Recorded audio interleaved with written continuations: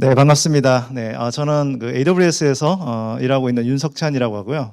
오늘 이 시간에 이제 학생들 그리고 또 연구자분들 이제 이 빅데이터의 어떤 그 세상에 변하고 있는지 조금 알려드리는 그런 시간을 갖도록 하겠습니다. 뭐 빅데이터 분석이라고 하는 이제 현주소를 조금 살펴보면서 우리가 시작을 해보려고 하는데요. 뭐 여러분들 잘 아시겠지만 과거에 비해서 데이터가 엄청나게 많이 늘어나고 있습니다. 그래서 데이터 증가량이 이제 매년 10년, 5년마다 이제 10배씩 늘어나고 있고, 그래서 이제 이 저장 기간까지 고려를 한다면 이게 계속 쌓아야 되니까요. 그러면은 이제 15년 후에는 뭐 1000배가 늘 정도로 아주 기하급수적으로 늘고 있다. 이렇게 볼 수 있고요. 오픈 소스를 가지고 분석을 하고 있어요, 요즘에 많이. 그래서 과거에는 주로 이제 상용 소프트웨어를 많이 썼는데 오픈 소스 분석 도구를 많이 쓰고 있고, 이 오픈 소스 분석 도구도 뭐 이렇게 우리가 사용하기 제대로 시작한 지가 이제 10년밖에 안 됩니다. 하둡 같은 경우가 이제 뭐 10년 안에 쓰고 있고, 스파기 요즘 굉장히 많이 사용하고 있는데 그것도 이제 제대로 쓰기 시작한 거는 이제 4년 전부터라고 볼 수 있습니다. 그리고 뭐 이제 저도 이제 회사에 계신 분들을 많이 만나면 이 회사에서 데이터를 보는 관점들이, 과거에는 그냥 이제 각자 뭐 원하는 뷰로 이렇게 보기를 원했는데 요즘에 이제 회사 내에 있는 모든 뭐 부서들 있죠. 부서들이 하나의 이게 통합된 뷰로 데이터를 보려고, 그러니까 모든 데이터들이 이제 이렇게 모아서 보려고 하는 그런 그 욕구도 굉장히 많이 늘어났어요. 그러니까 이렇게 이제 복잡한 뭐 데이터 사이즈부터 해서 이런 것들이 많이 늘어나고 있다 보니까 이걸 처리하는 방법도 이제 과거에 비해서 많이 달라지고 있다 볼 수 있어요. 뭐 좀 옛날 얘기입니다. 한 뭐 20, 30년 전에는 이제 이런 그 소프트웨어를 판매하는 회사들 걸 사가지고 썼었거든요.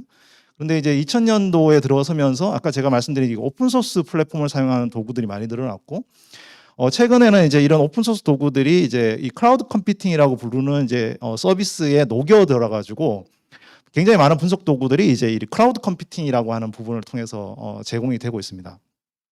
근데 왜 이제 사람들이 클라우드 컴퓨팅을 쓰는지를 좀 소개를 해드리면, 먼저 이제 데이터를 만드는 거는 진짜 간단해요. 뭐 이제 예전에는 데이터를 다 저장할 수 없어갖고 일부 막 지워버리고 막 이랬거든요. 이제 필요한 것만 모으고 용량도 부족하고 그러다 보니까.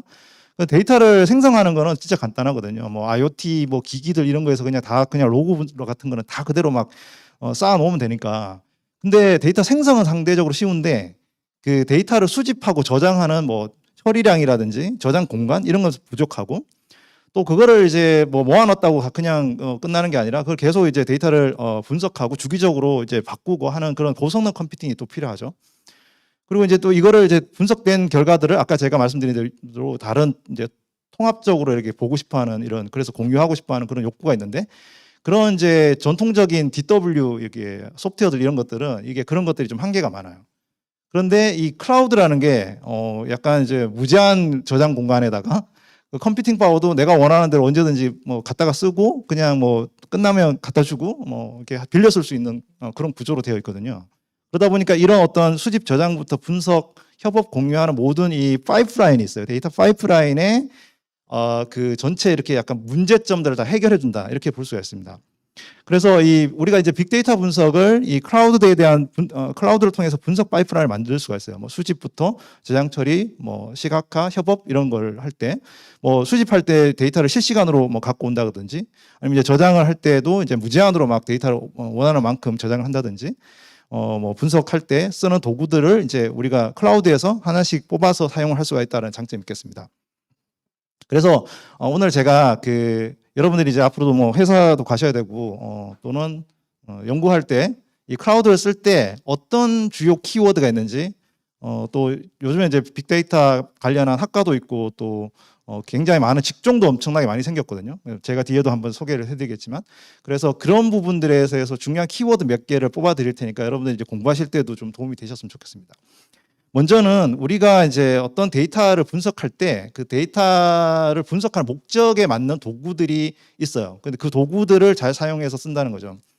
과거에는 우리가 이제 그 데이터 분석 말고 이제 데이터베이스라고 생각을 해보면요. 데이터베이스도 그냥 관계형 DB, 그냥 흔히 말하는 RDB, 뭐 MySQL, 뭐 PostgreSQL 이런 뭐 오라클 이런 이제 DB를 써갖고 다 만들었어요, 애플리케이션을. 근데 요즘에는 어떻게 하냐면은 요즘에는 데이터의 특성에 따라 가지고 원하는 데이터베이스들을 사용을 골라서 합니다.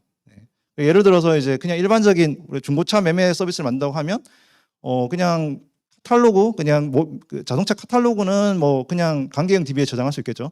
근데 만약에 뭐 물건을 이 자동차를 출고를 하고 매매하고 이런 어떤 전체 이력을 만약에 관리를 한다고 하면 이게 계속 바뀌잖아요, 데이터가. 그러면 이런 것들은 RDB에 저장하기보다는 뭐 시계열 DB 또는 뭐 노시컬 DB 이런 데다 저장하는 게 좋고요. 그리고 이제 그 자동차 모델이나 뭐 가격 이런 것들은 원장 DB 그다음에 이제 뭐 어떤 이런 어떤 것들을 선택할 수 있고, 그리고 또 이제 자동차 이미지도 있고 뭐 회원 데이터는 또 이제 강경 DB에 넣고 이런 식으로 원하는 DB를 나눠내고 각각 앱들이 이제 원하는 DB들을 선택할 수 있도록 하는 형태로 서비스 구조가 바뀌고 있어요. 그 비슷하게 이 빅데이터도 마찬가지입니다. 빅데이터 분석도 아까 제가 이제 전체 파이프라인이 있다고 했잖아요. 데이터 소스 수집부터 해서 저장, 가공, 뭐 조회하는 이 파이프라인이 있는데, 이 파이프라인에 원하는 요구사항에 맞는 그 서비스 빌딩 블록들 하나씩 뽑아가지고 마치 이제 레고 블록 조립하듯이 이렇게 하는 거예요. 지금 보시면 여기 이제 색깔 아이콘들이 있잖아요. 근데 이 아이콘들이 AWS에 있는 이제 분석 서비스들 하나하나를 얘기하는 거거든요. 뭐 예를 들어서 실시간 수집을 할 때는 아마존 키네시스 같은 걸 쓰고, 데이터를 저장할 때는 뭐 아마존 S3 같은 저장소나 아니면 RDS 같은 데이터베이스 RDB를 쓰고, 뭐 배치 작업은 AWS 뭐 글루나 뭐 EMR 같은 하드 배치 작업하는 걸 쓰고, 뭐 이런 식으로 각각 이 하나의 아이콘이 뭐 하나의 작업을 생각을 할 수 있습니다. 그러면 우리가 이걸 잘 이어내면 원하는 그 파이프라인을 쉽게 만들어낼 수 있다는 거죠. 네, 이제 예를 들어서 제가 삼성전자의 이제 클라우드 기반 하둡 데이터 마트에 대해서 예를 소개해 드리려고 하는데, 여러분들이 쓰고 있는 갤럭시 노트에는 굉장히 많은 데이터가 있어요. 뭐 사용자 일반 데이터부터 해서 뭐 S 클라우드나 뭐 페이 뭐 이런 데이터들이 있는데, 이런 데이터들을 그러면 어떻게 하냐? 전 세계 수억 명의 사용자들이 있고 이 사람들의 데이터들을 삼성전자가 어떻게 처리하냐? 클라우드에 있는 아마존 S3라고 하는 스토리지에다가 그냥 막 무조건 저장을 다 해요. 다 저장을 하고 그 배치 작업을 통해서 어떤 거는 또 다른 배치를 하기 위해서 정제를 하기 위해서 아마존 S3 같은 데 저장을 하고 배치를 해서요. 또 어떤 거는 이제 사내에서 쓰기 위해서 그 내부 시스템에 데이터를 저장하고, 또 어떤 거는 이제 뭐 API로 만들기 위해서 뭐 RDS 같은 이제 좀 구조화된 DB, 관계형 DB에 저장하고 이런 식으로 작업을 나눠 갖고 이제 할 수 있게끔 한다는 거죠. 이런 식으로 이제 우리가 목적에 맞는 그런 DB를 구성한다. 이게 이제 첫 번째 제가 말씀드리는 사항이고, 그래서 여러분들이 도구들 같은 것들을 이제 잘 사용하기를 권장을 드리고요.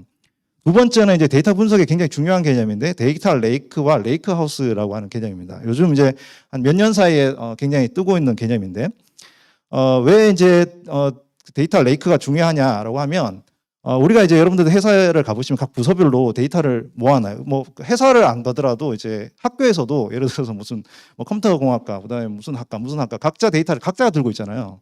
그러면 각자 들고 있으면 데이터 분석도 사실은 각자 하게 됩니다. 남의 그 학과에 가서 데이터 달라고 하기가 좀 그렇잖아요. 회사에서 마찬가지거든요. 근데 우리가 그걸 데이터 사일로라고 불러요. 그래서 데이터 사일로가 있으면 회사 내 어떤 데이터들을 통합적으로 보기가 굉장히 어렵습니다. 그래서 우리가 중요하게 생각하는 건 뭐냐면 왜 데이터 사일로가 만들어질까? 데이터 사일로는 뭐 약간 뭐 이기적인 그런 마음 때문에 또 있지만 기술적인 문제가 있어서 그런 거예요. 왜냐하면 한 곳에 모아놓기가 어렵거든요.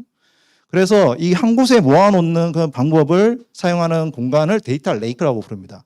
네, 데이터 레이크는 호수니까 굉장히 큰 거니까 그냥 우리가 돌 던지듯이 그냥 던져놓으면 된다 이런 생각으로 생각하시면 돼요. 네. 그래서 이 회사 내 데이터 레이크 또는 학교 내 데이터 레이크를 만들어서 데이터를 전체적으로 일단 모아놓는 거죠. 그리고 필요한 데이터를 뽑아쓸 수 있게 하는 게 데이터 레이크의 구조다라고 생각하시면 됩니다. 이게 이제 나중에 레이크 하우스라고도 연결이 되거든요. 근데 이 데이터 레이크라는 것은 그냥 한마디로 말해서 뭐 정형 데이터나 비정형 데이터 상관없이 어떤 규모의 데이터든지 한 곳에 모아놓는 단일 저장소를 얘기하고, 클라우드 같은 경우에는 데이터 레이크를 아마존 S3 심플 스토리지 서비스라는 곳에다가 넣어 놓습니다. 뭐 이건 이제 사용한 만큼만 우리가 돈을 내고, 이게 우리가 뭐 이렇게 미리 뭐 얼마 1테라 쓰겠다, 2테라 쓰겠다 이렇게 미리 해 놓을 필요가 없어요. 그냥 내가 쓴 만큼만 돈을 내기 때문에 굉장히 저렴하고, 그리고 이제 뭐 이게 데이터가 잃어버리지 않도록 굉장히 여러 데이터 센터에다가 복제를 해서 저장을 하고 이렇게 하기 때문에 이 S3라는 게 심플 스토리지 서비스 약자거든요. 진짜 간단한 저장소입니다. 그래서 이것들을 사용을 한다.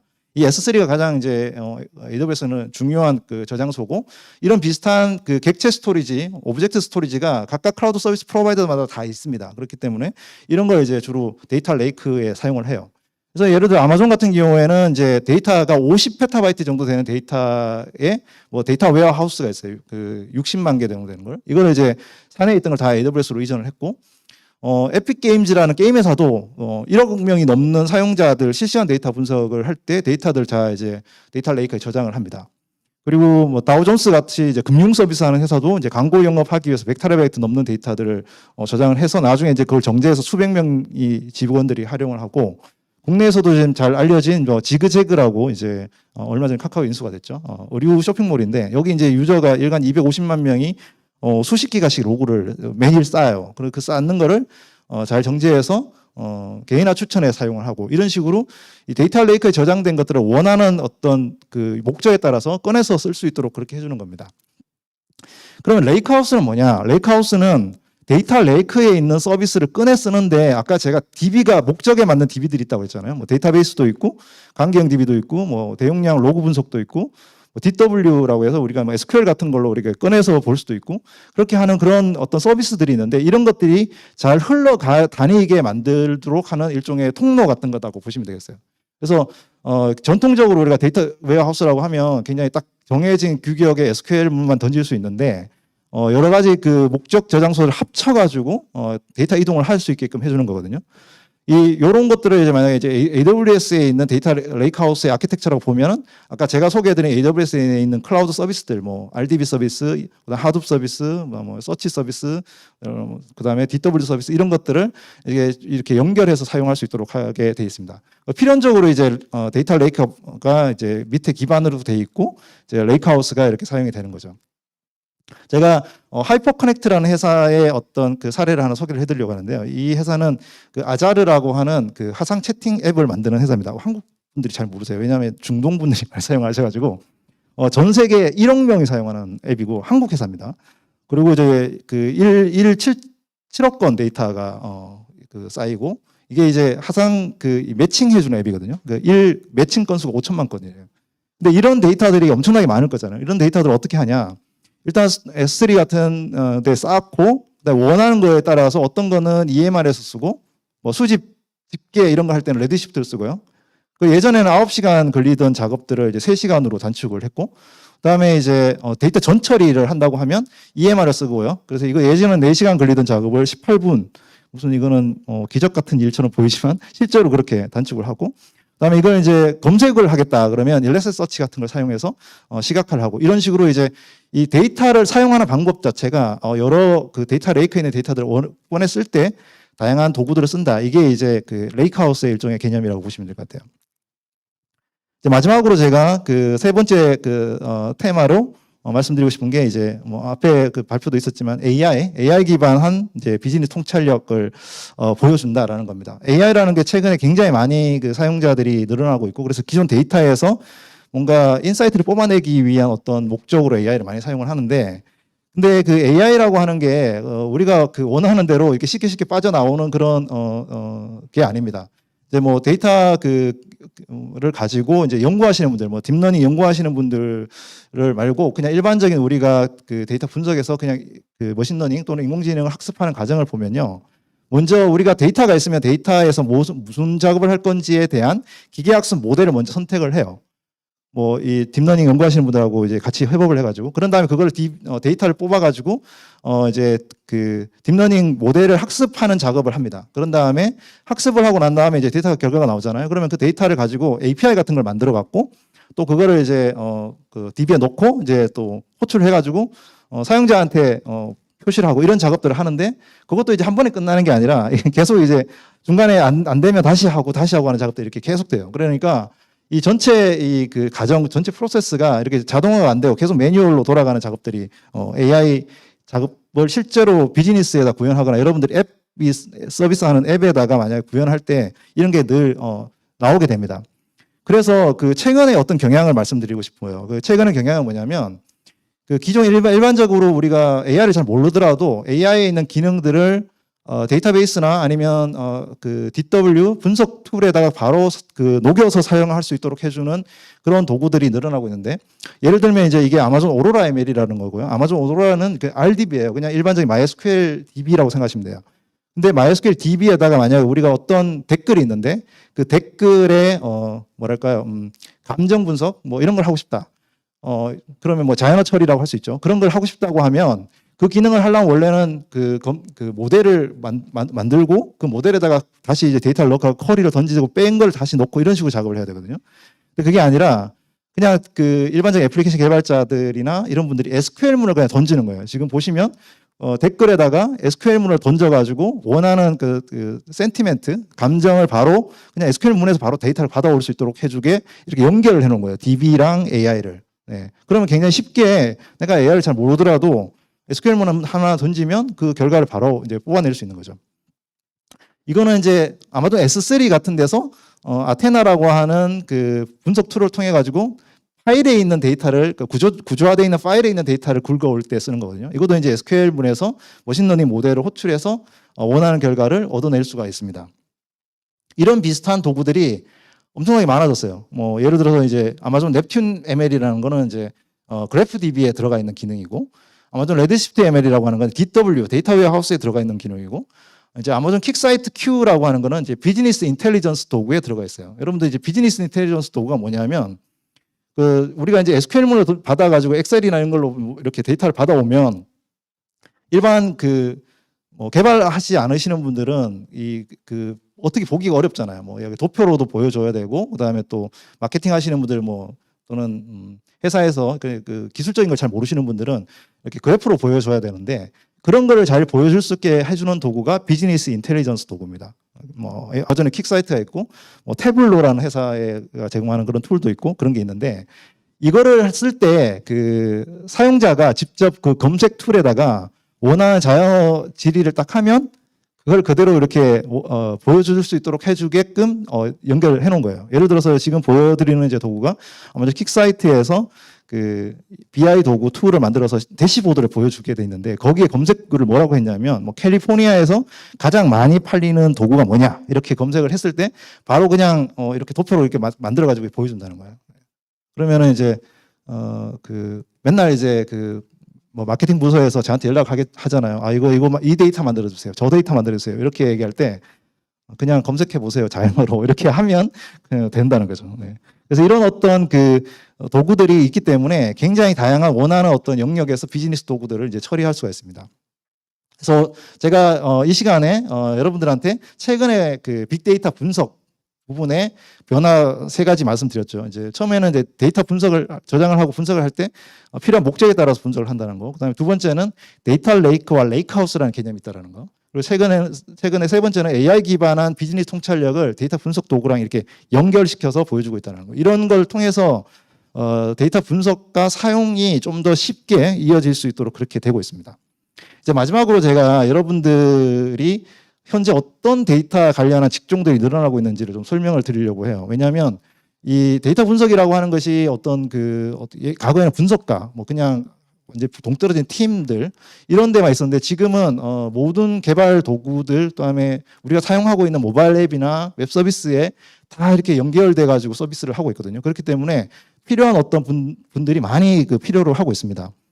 그래서 일반적인 개발자들은 그냥 데이터를 그냥 데이터베이스에 넣거나 스토리지에 넣거나 이런 작업들을 하지만, 그거를 가지고 아까 제가 소개해드린 데이터 분석 파이프라인을 만드시는 분들이 있어요. 데이터 분석 파이프라인을 만들어가지고 다른 분들이 잘 손쉽게 쓸 수 있게 도와주시는 분들, 이런 분들을 이제 데이터 엔지니어라고 해서, 최근에 데이터 엔지니어라고 하면 굉장히 많은 직군들이 있습니다. 여러분들이 이제 데이터 관련한 직종을 검색하실 때 개발 출신이시면 데이터 엔지니어라는 어떤 직군을 한번 검색을 많이 해보시면 좋겠고요. 그리고 뭐 딥러닝이나 아니면은 뭐 좀 복잡한 모델이나 이런 것들을 만드시는 그런 분들을 이제 데이터 사이언티스트라고 부르고, 뭐 아주 많은 직종은 아니지만 그래도 굉장히 중요한 직종이기 때문에 좀 뭐 규모가 있는 회사들이나 이런 데서는 이제 팀을 갖고 운영을 하고 있습니다.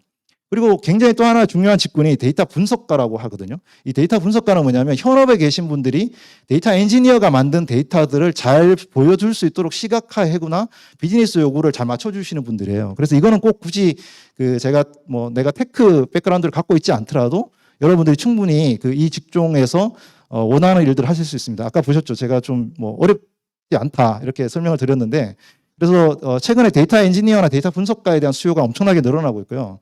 데이터 사이언티스트는 사실은 약간 석박사급의 그런 인재가 필요해서 인력 수요가 그렇게 많지는 않은데, 데이터 엔지니어나 데이터 분석가 수요는 굉장히 늘어나고 있기 때문에 여러분들이 좀 이런 부분들을 잘 공부하셔갖고 했으면 좋겠다 이런 생각이 듭니다.